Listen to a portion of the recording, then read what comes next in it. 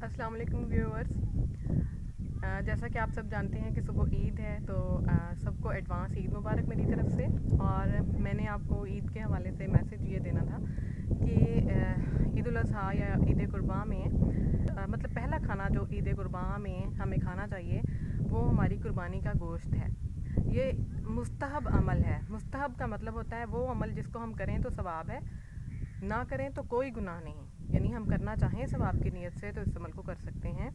اکثر لوگ یہ کرتے ہیں، میرے فادر بھی عید الاضحیٰ کے دن پہلا کھانا جو کھاتے ہیں وہ اپنے قربانی کے گوشت سے ہی وہ پہلا کھانا مطلب کھاتے ہیں. تو اسی طرح جس کی قربانی پہلے دن نہیں ہے، دوسرے یا تیسرے دن ہے، تو وہ عید الاضحیٰ والے دن پہلے دن ہی کسی کی بھی قربانی کا گوشت پہلا آ جائے اسی کو پکا کے پہلے کھانے کے طور پہ کھائیں. مطلب اس سے پہلے آپ کچھ نہ کھائیں.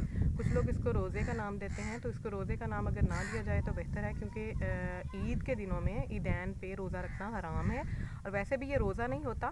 روزہ تو وہ ہوتا ہے جو جس میں ہم صبح صادق سے لے کر مغرب تک کچھ نہیں کھاتے پیتے. اور لیکن یہ تو مطلب ہمیں صبح صادق سے لے کر ہم نے کوئی سحری نہیں اس کی کرنی ہوتی، اور یہ مغرب تک کا روزہ نہیں ہوتا. مطلب یہ ایک طرح سے یہ ہے کہ آپ عید الاضحیٰ کے دن پہلا کھانا قربانی کا گوشت ہی کھائیں.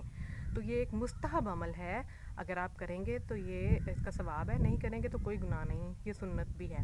تو اس بات کا خیال رکھیں. اور باقی 9 ذی الحج یعنی آج کی صبح فجر سے 13 ذی الحج کی عصر تک تکبیر تشریق کہنا واجب ہے ہر مسلمان مرد اور عورت پر.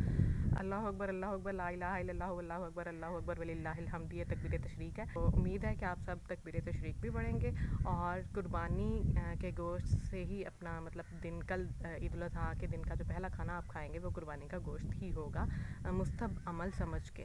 اگر آپ نہیں کھائیں گے تو بھی کوئی گناہ نہیں ہے. اگر کوئی بیمار ہے یا کسی وجہ سے وہ نہیں اتنی دیر تک بھوکا پیاسا رہ سکتا، یا اس کی قربانی بہت لیٹ ہے، تو وہ کسی اور کی قربانی کے گوشت سے بھی پہلا کھانا کھا سکتا ہے. یا آپ نہ بھی کھائیں تو کوئی حرج نہیں ہے. یہ ایک مستحب عمل ہے. Thank you very much. اللہ حافظ.